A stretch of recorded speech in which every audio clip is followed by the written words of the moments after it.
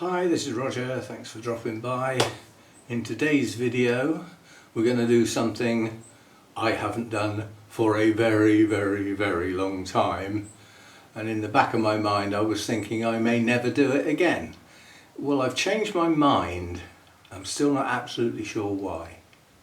And it might be a miserable failure, but I don't see why it should be. Let's get going. I'll have to move the camera so you can see what's going on. So if we drop that down and twist it round and tip it over a bit, you should be able to see what I've got in mind. And those of you who have been around the channel for a long time will realise straight away that I haven't done this for a very long time. When I moved round here, most of my failures were the mounts. On reflection, most of the reason they were failures were they were in old moss. Old moss stays wet longer and effectively messes the pH up of the moisture it's holding. Major factor. Anyway, what I'm going to do is I'm going to mount the Keikis from Lynn. I'll put the name of the orchid up as a pop-up because at the moment I can't for the life of me remember what it is. And it's Origins, it's a primary cross.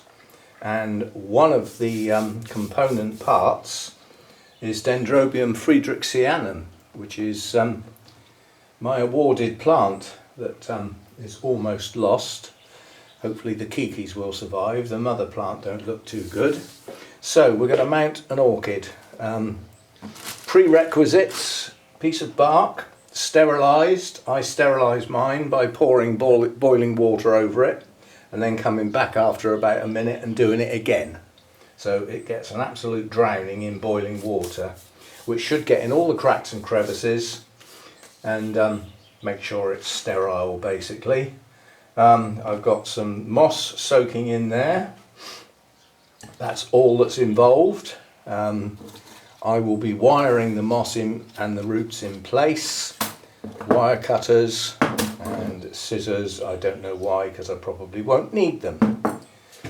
So there we go. That's all I need. So the first thing to do is work out where they're going to go. So that's my mount. My hook will be up there. So that can be upright. That one can go there. We'll trail that root over there. Well, I'll give you a warning now. When you take a Keiki off a plant, the roots are by definition aerial roots. Orchid roots have a tendency, not across the board, but they have a tendency that once they grow out into the air, they become aerial roots. And if you bury them in moss, they will often go either dormant and in some cases die, but often will stop growing. But new ones will form and branches will possibly come on those roots, which will be okay. Now this one goes over that way.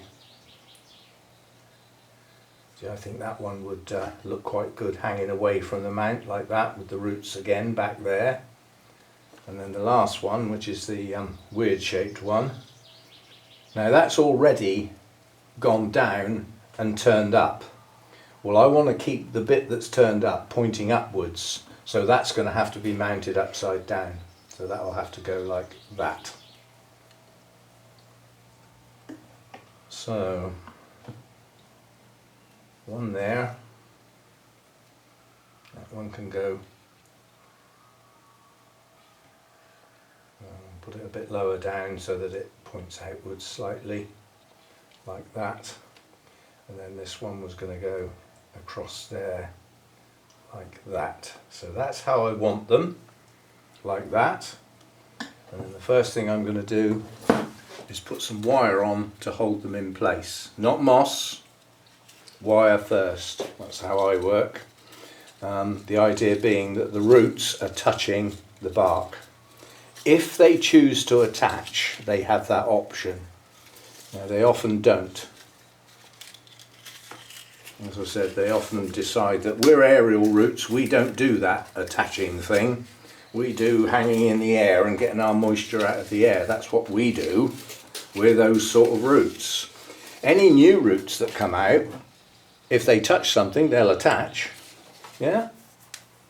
And if they grow into the moss, they'll become roots that like being in moss. But what they don't like doing is changing. I'm just going to get my moss out of the way, because this is a little bit of a nuisance doing this first bit. It always is. So I'm just going to tuck that. I'm just ordering the roots at the moment so that they're not going across canes. So that's about right. Right. So I won't be able to hold these in place. I suspect they will fall off. But what I will do is put this piece of wire up there with a bit sticking out and do that.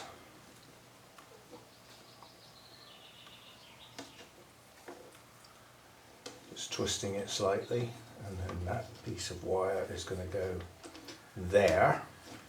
When it comes round again, oh, that's moved.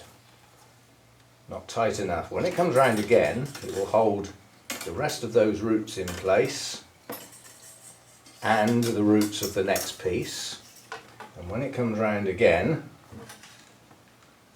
it will hold both of the other canes like that. And then I'm going to go round once more. Notice I haven't attached anything yet. All I've done is hold the roots in place. There won't be enough wire on there to hold the got a great mosquito. There won't be enough wire there to hold the moss in place as well. So in fact I think I will just use up the rest of this piece of wire to make sure that the plants are in place. So we'll go around underneath there so that we've got something holding those roots. And then I can probably go round once more. No, not enough. So we will effectively tie that off now. By tie it off, all I mean is the original end that I started with, that I pushed over the top. We will grab hold of that and twist. I'll sort out tightening that up later. I'll just trim that off so it doesn't get in my way. Right, so that's the plant, reasonably secure. Plants, there are 3 of them. And the roots are all, apart from this little escapee, which is bendy enough to go in there. Just about. So all the roots are touching the bark. Now all we need to do is get some moss. I had some. There it is. I was going to say I had some here somewhere. I know I did. Now, with this, what I do is I squeeze it so that I can work with it and it's not dribbling all over the place. So it's now damp, not soaking wet. And then we distribute this over the roots lightly. Yeah, not 3 inches thick. Yeah, we're not putting it in a pot. This is going to mimic being on the branch of a tree. And the moss it would be growing in wouldn't be 3 inches thick. Well, it might be, I suppose, but in the main the moss tends to be touching the branch and a relatively thin layer. So there we go, that's the moss done. Now all we've got to do is hold the moss in place. Now this is a good time to use clear fishing line, reasonable thickness, so that you can see what you're doing, because by winding some clear fishing line round this moss, after it is done you'd have a job to see it, whereas black wire is going to show, but it's much easier to work with, much easier to use, and in fact I think I might end up needing all of this, so we'll get rid of the plastic holding it together, and then I can work with it as a coil. So again, you start by putting a piece over the back. That's the bit you're going to use to twist in a minute. Yeah? Keeping it as flat as you can with one hand. You work with the other hand. So if you're right-handed, hold the mount with your left hand and hold it flat so that the moss doesn't all fall off. And then you don't need to go mad with this process, but watch your leaves, watch what you're doing with your leaves. Just gently go round in several places. So I have to watch my leaves here. Get off and just gently go round and gently hold the moss. Yeah? That's all, gently. This doesn't need to be a big deal. Gently. And then make sure that you've got enough wire to come round the back, which I haven't, so I'll do it a bit different. It doesn't matter. These wired ends, we'll just tuck them round one of the pieces I've already got. It's wire, it'll stay there. Same with this one, we'll just go round there a couple of times and we'll hold it in place. And you can see I've already got the mount upside down, the moss isn't falling off, it's all staying there, so that's as secure as it needs to be. Right, so looking at from the front again, we've got a piece that's dropped there, so we just tuck that in. That'll do. So that's the front looking reasonably neat and tidy. We've got a piece hanging down here. We've got our piece coming down and growing back up. That should grow up through the centre here. And then we've got our top one here. I'm just going to take that back to the base of the plant. That one should grow on up there. Now all three of these Keikis have growing tips. So none of them have stopped growing. This one's got a nice new leaf just starting. That's a good thing to monitor when you're trying to see if Dendrobium canes are growing. If you've got a new leaf, just keep your eye on that bit. If it stops growing, that leaf won't get any bigger. Yeah? So if it keeps going, then it's working. So that's it. That's all I need to do with this. The only other thing I need to do is make a tag, which I will do. That's why I haven't made my hook yet, because the tag will thread over there and hang down the back. Now the only other thing I've got to do is what I call tightening. Most cork bark will have a curve, yeah? It's traditional in the main to put the cork bark that way up, which would represent the tree trunk that it came off of. It doesn't matter which way it goes. It really doesn't matter. For aesthetical purposes, like a tree trunk is what a lot of people do, but I wanted this curving this way, just for this one. The curve round the back you use to tighten all of those pieces of wire should you need to do so. You tighten them by just bending them in, like that. And that pulls everything tight. You can feel the tension. If it's tense, you're biting into something, so stop. Only do it if it moves gently. And you're just tightening it up. See, that one's quite loose there. That one's quite tight, so is that one. There we go, one mounted Dendrobium orchid. Ready to hang up. I've got loads of places to hang up now that I've realised that there's a lip round the top here. Let me get the camera down. Ooh. Bumpy bumpy. Round on my hand. That's what I mean. Yeah, there's a lip round the top over which I can either put a hook and then a wire hook, or just put a wire hook directly over it. Now at the moment my other mounts are up here. That's my new Jenkins CI from Lynn.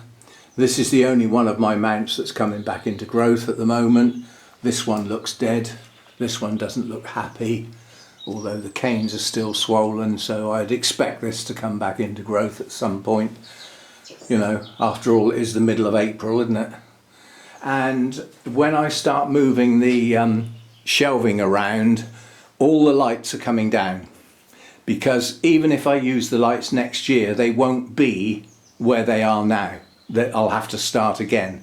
So all the lights will come down, everything that's holding them up, we'll get rid of all of that in the roof, so that I keep bashing my head on this one. It's just literally at forehead height, this pointy bit here. Nuisance.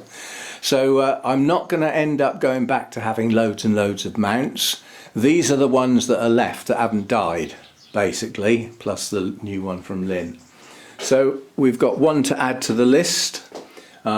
As I said, they lend themselves to hanging over that top lip quite nicely, so I've got somewhere to put them. Even the wires holding the lights up are actually up there like that, but they're coming down soon, as I said. That's actually bending that. Better get that out. Better get that out before my inspection lady comes round. She's due, actually. She's late, in fact. She should have come last month, so she's late. She was very late last time as well. Anyway, a mounted orchid for a change. This is just a quick clip that I will stick somewhere in a video. This is new. You remember I said the guy had been up the oak tree next door and taken off some of the lower branches that overhung my roof above me, and I said that could make a difference to where the sun hits. This is new. The sun is hitting a large portion of the roof. Now, it's not 8 o'clock in the morning yet. This is cold sun. This is not going to heat up my grow room. I expect it's still stuck at 15, 16 via the heater. It was actually a cold night last night. But this is new. The sun has never hit this part of the roof before. The oak tree has always been in the way, coming into leaf at the time of year the sun would be at the right height to hit the roof. Now I'm going to keep my eye on it and see how long it stays there, because those branches are missing now, so it's not like, you know, the thicker leaf cover can actually alter the, you know, the sun. The only thing that will alter it is it will get a bit higher in the sky, and that might actually alter whether it can actually still hit the roof or not. But yeah, it's hitting right over into that back corner. So there's a large portion of the roof now in the sun. And at the moment, virtually nothing on the side windows. That comes in a minute. In a minute, the sun will be in that section down there as it moves round. But yeah, absolute first, sun on the roof like that. So yeah, I have to keep my eye on that. We haven't had any sun to find that out recently. I mean, yesterday it rained till lunchtime, which was a nuisance. Especially for him, he decided we're not going out in that. I don't mind a little bit of rain, but not that much, so he stayed in. So did I. Anyway, I shall slot that in somewhere at some point.